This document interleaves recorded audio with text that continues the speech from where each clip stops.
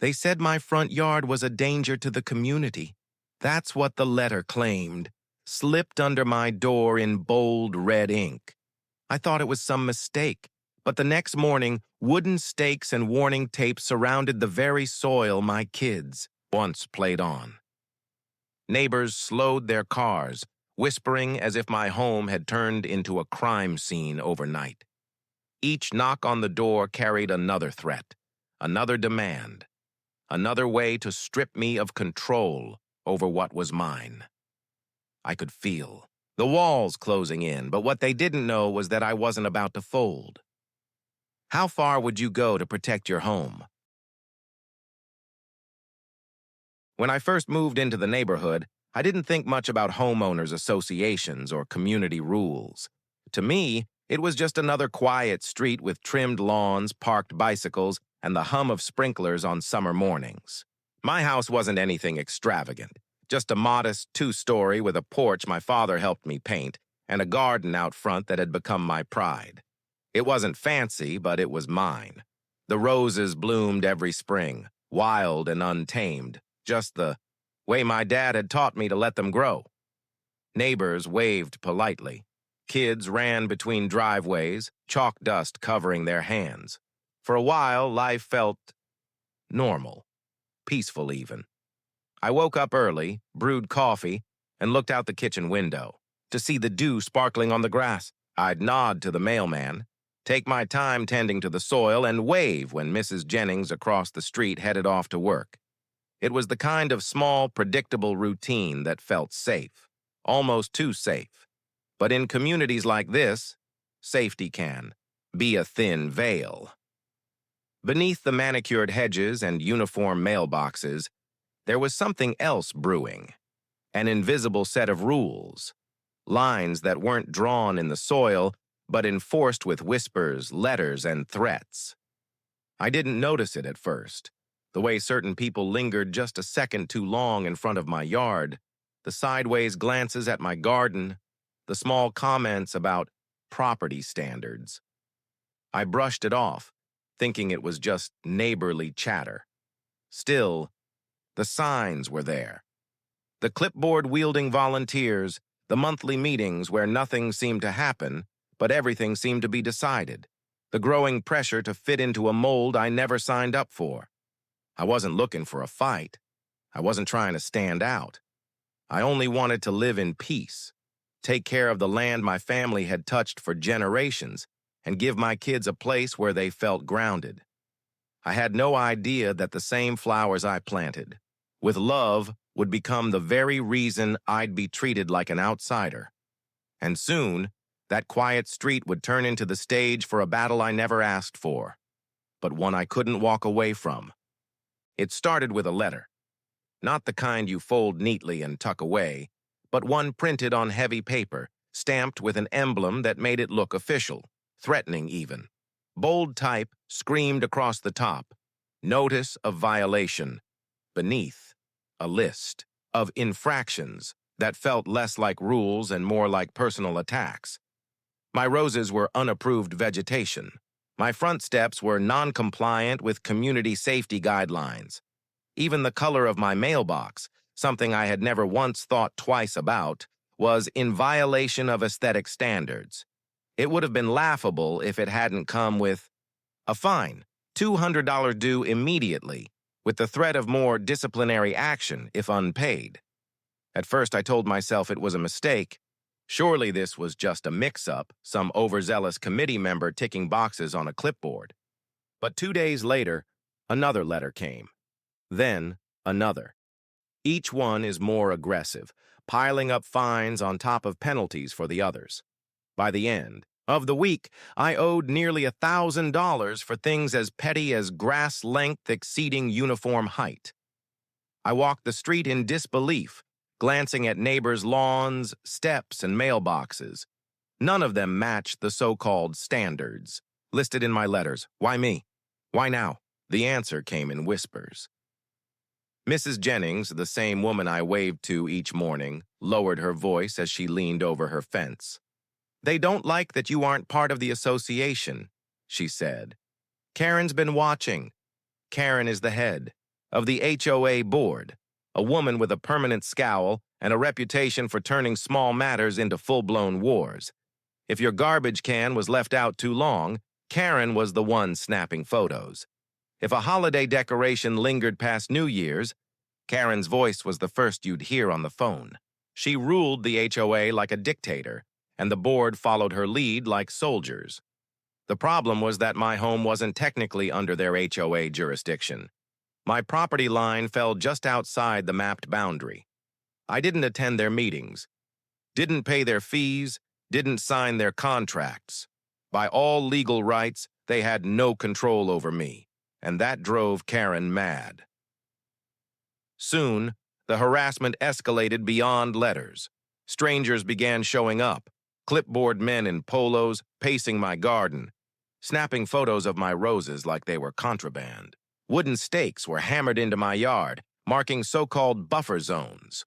Neighbors slowed their cars to gawk as if my home had become a crime scene. The fines climbed higher. One $200, one $500. Each notice is more threatening than the last. They warned of liens, lawsuits, and further consequences.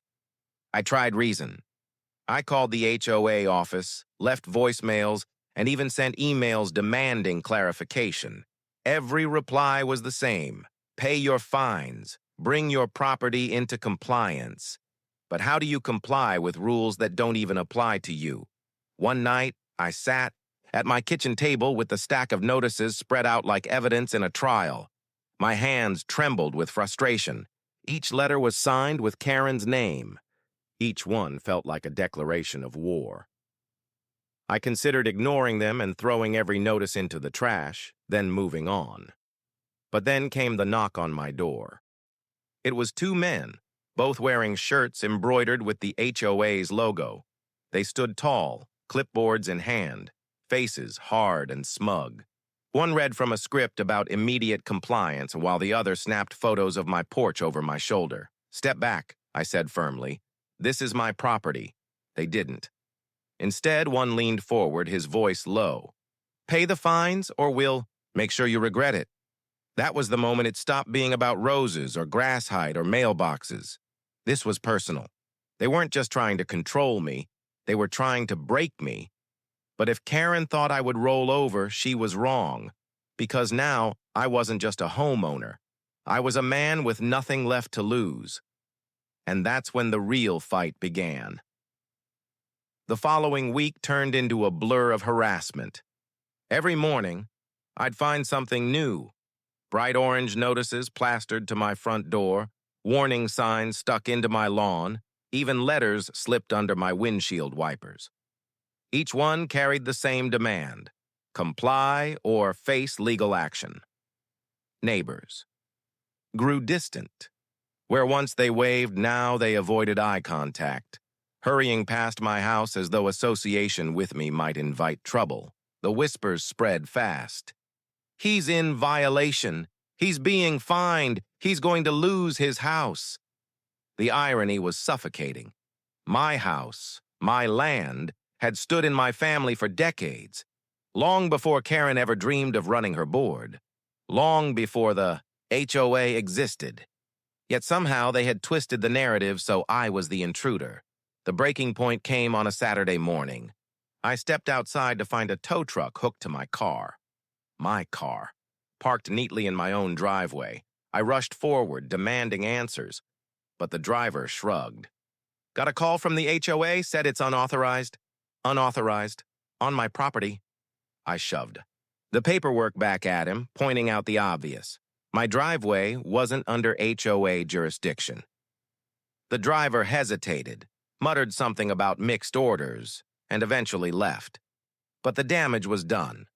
My neighbors had watched. Karen had made her point. The rage inside me boiled over. I wasn't dealing with rules anymore. I was dealing with intimidation, bullying, and outright lies. And Karen was orchestrating all of it. That night, I sat down and pulled out every notice, every fine, every photo they'd taken. I made copies, organized them into folders.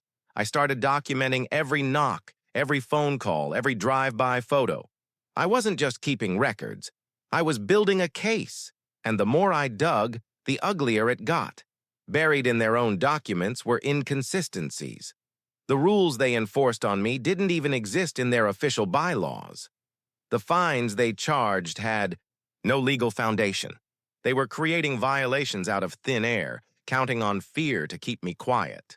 I hired a lawyer. At first, she raised an eyebrow when I explained that I wasn't under HOA jurisdiction. But when she saw the stack of notices, her expression hardened. "They're bluffing," she said, "and if they're not, they're in deep trouble." We filed for a cease and desist. I sent an official demand for them to stop harassing me. That might scare them off. Instead, Karen doubled down. More fines, more threats. Now, they weren't just targeting my property, they were targeting me. Letters accused me of being a nuisance to the community.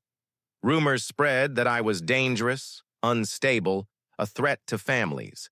My reputation, built over years, was being shredded by lies. One evening, I caught Karen herself standing across the street, phone in hand, snapping pictures of my porch.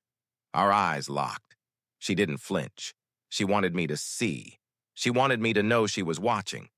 But what Karen didn't realize was that every picture, every letter, every false claim was more ammunition for me. I wasn't just defending my home anymore. I was preparing to take down the very board she controlled. And as the evidence piled up, I knew one thing for sure. The HOA had picked the wrong fight. Because while they thought they were tightening the noose, they were actually building their own trap, and soon they'd walk right into it. The lawsuit hit like a thunderclap.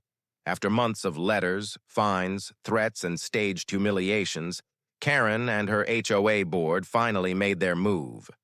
I remember the day the papers arrived, delivered not by mail, but by a man in a crisp suit, who smirked as he slid the envelope into my hand. "You've been served," he said, as if the words themselves were a weapon. Inside, Karen Johnson et al. Versus in my name. Their claim?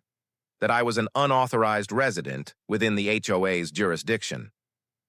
That my home, though technically outside their boundary lines, had an impact on community standards, and therefore fell under their authority. They wanted back payment of dues, compliance with their rules, and reimbursement for administrative costs, a staggering sum that stretched into tens of thousands. For a moment, I couldn't breathe. This was it, the attack they had been building toward. Karen had escalated the petty into something deadly serious. If they won, it wouldn't just be about roses or mailboxes. It would bankrupt me. It would erase everything my family had worked for. But as I flipped through the pages, something shifted. Instead of fear, a strange calm came over me. I had been preparing for this. Every photo they'd taken, every notice they'd posted, every false fine and harassment attempt, I had it all documented. And now, finally, I had the chance to turn it back on them. The court date was set.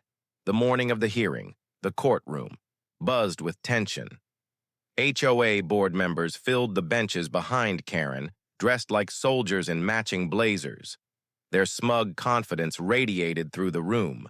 To them, this was a formality, a quick judgment against the non-compliant homeowner who dared defy their rules. Karen sat at the front, her lips pursed, eyes gleaming with self-satisfaction. She avoided my gaze, instead whispering to her lawyer as though the verdict had already been written. But when my lawyer spread out the folders we'd prepared, thick stacks of evidence, neatly labeled and color-coded, Karen's confidence faltered for the first time. The HOA's lawyer opened with a speech dripping in arrogance. He painted me as reckless, irresponsible, a threat to the harmony and beauty of the neighborhood. He spoke of my refusal to conform and willful disregard for community law. Karen nodded along, her chin lifted high as if every word was a nail in my coffin. And then it was our turn. My lawyer stood, calm and measured.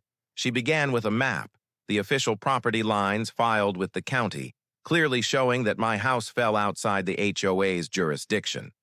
She let the silence hang, letting the absurdity sink in. The judge frowned.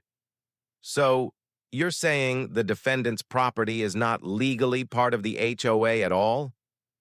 Correct, Your Honor, my lawyer said. The plaintiff has no authority over my client's land. Karen shifted in her seat, her fingers tightening around her pen. But that was only the beginning. Next came the stack of notices, every fine, every fabricated violation. My lawyer held them up one by one, pointing out the discrepancies, the contradictions, the outright falsehoods. She presented witness statements from neighbors who admitted they'd never seen such enforcement applied anywhere else. She revealed photos of other homes with the same so-called violations that were never fined. And then came the pièce de résistance, the audio recording. Weeks earlier, I had installed a small camera by my porch.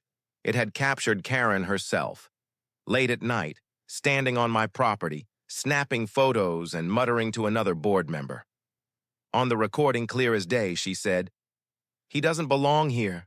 I don't care what the law says. We'll bury him in fines until he breaks." The courtroom went silent. The judge leaned forward, his expression hardening. Karen's lawyer stammered, trying to dismiss it as taken out of context. But the damage was done. The mask was off. The petty campaign of harassment was no longer rumor or speculation. It was undeniable. Karen's face drained of color. She gripped her pen so tightly I thought it might snap in half. The judge's gavel came down with a sharp crack. This case is dismissed.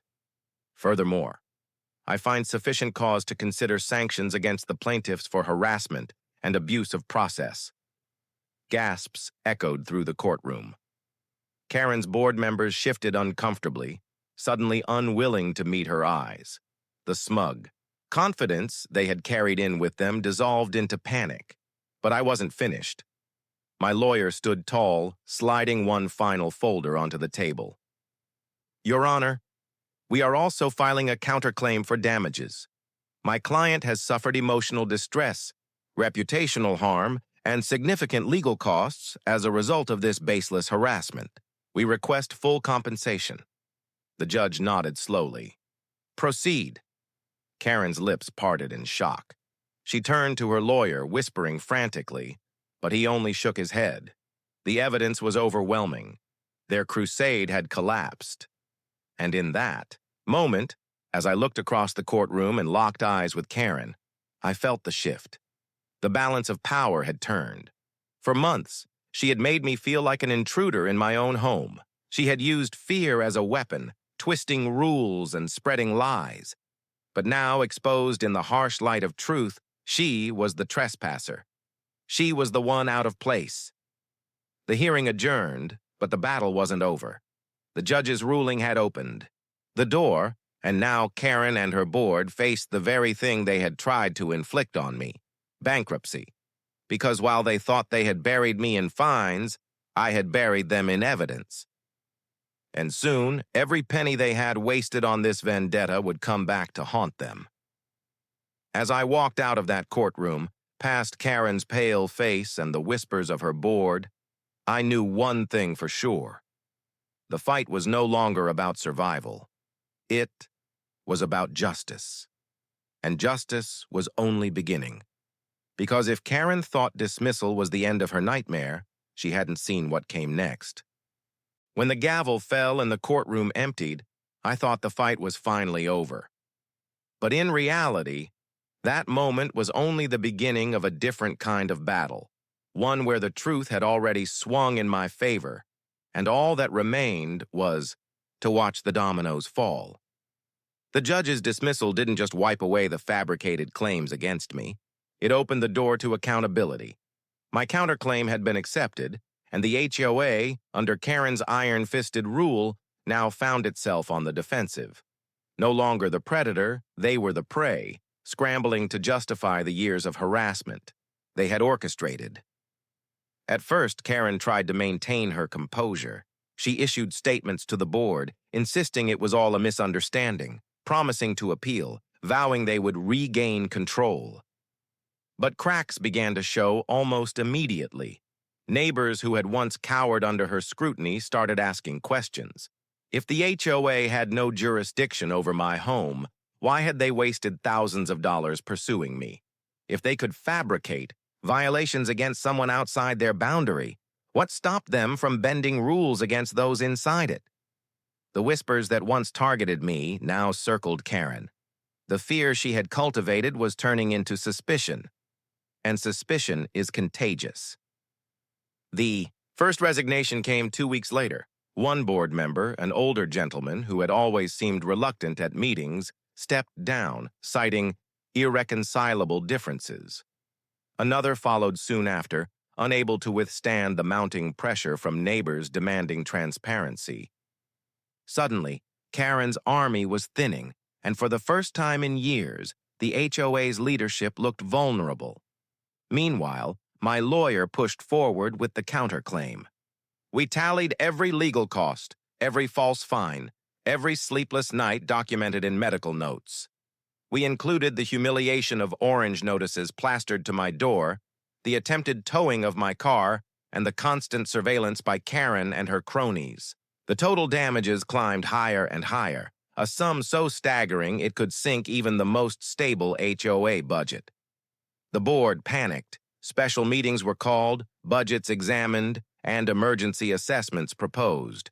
But the homeowners, the very people they were supposed to represent, had had enough. Attendance at meetings swelled, voices once silent now shouting for accountability. The boardroom, once Karen's domain, had become hostile ground. And then came the breaking point. During one particularly heated meeting, a homeowner stood up and read aloud the transcript of Karen's late-night recording. Her voice caught on my porch camera, admitting she would bury me in fines until I broke. The room erupted. Gasps, shouts, accusations hurled like stones. Karen tried to shout over the noise, but her authority had evaporated. Her face, once the image of control, was now pale and frantic. By the end of that night, a petition circulated. Signatures piled up demanding her removal as HOA president. Within a month, the petition succeeded. Karen was forced to resign in disgrace, stripped of the power she had wielded like a weapon. For me, it was vindication. Not just that she had been defeated, but that she had been exposed. The same woman who turned my garden into a battlefield now stood at the center of her own collapse. But the story didn't end with Karen's resignation. The counterclaim went to settlement. Faced with overwhelming evidence and no support from the community, the HOA's new, hastily assembled leadership had little choice. They agreed to pay damages, enough to cover my legal expenses, compensate for the harassment, and then some. The figure was so heavy it drained their reserves, forcing the HOA to make public cuts. Projects were delayed, amenities were reduced, and fees were temporarily raised. Every resident in the neighborhood saw the price of Karen's vendetta written in their bills. The irony was poetic. Karen's crusade to bankrupt me had ended with her bankrupting the very board she once controlled. As for Karen herself, she vanished from the neighborhood within months. Her home went on the market, the blinds drawn tight. Rumors swirled about. Financial ruin, lawsuits, and even estranged family ties. But the truth was more straightforward. She had built her identity on control, and once stripped of it, she had nothing left to stand on. For me, the aftermath was quieter, but no less profound. I walked in my garden without fear of clipboards or cameras. My roses bloomed freely, untouched by the threat of fines. Neighbors who once avoided me now waved again, some stopping to apologize for believing the rumors. A few even admitted they wished they'd stood up sooner. It wasn't perfect. Resentments lingered and the scars of the conflict remained, but the balance had shifted. Where once silence reigned, now there was vigilance. The community had learned that blind obedience to an HOA board could backfire, and that sometimes one person standing firm could unravel years of unchecked power. Looking back, I realized the fight had never really been about grass length, roses, or mailboxes. It was about control, about one person's obsession with power and the lengths they would go to enforce it. But it was also about resilience, about refusing to fold when the odds seemed stacked, about holding on to what was yours even when others tried to strip it away. And the most satisfying part? Knowing that my story wasn't just mine anymore. It had become a cautionary tale, a reminder to every homeowner, every neighbor, that pettiness can escalate, that power can corrupt, but that truth, no matter how buried, has a way of clawing to the surface. Even now, when I sit on my porch and look at the garden, I can still hear the echo of Karen's threats, the laughter of her board as they thought they were breaking me. But louder still is the memory of the judge's gavel, the sound of neighbors gasping as the recording played, the sight of Karen's face as her empire crumbled. It reminds me of something my father once said as he taught me to plant those roses. The soil remembers what you put into it. Karen planted fear, control, and lies. I planted patience, documentation, and truth. In the end, my garden outlived her rule. So now, when I ask myself what the fight was really worth, the answer comes easily. It wasn't just about saving my home. It was about proving that even the smallest voice, armed with the truth, can topple the loudest tyrant. And maybe that's the lesson worth leaving behind. For anyone watching, anyone living under the shadow of a Karen or an HOA gone mad, you don't have to fold, you don't have to give in. Because sometimes, the only thing standing between a bully and their downfall is the person they underestimated the most. So I'll leave you with this. If they came after your home, your land, your family's legacy, would you fight back? Or would you let them take it? For me, the answer was clear, and because of it, my roses still bloom, wild and untamed, just the way they were meant to.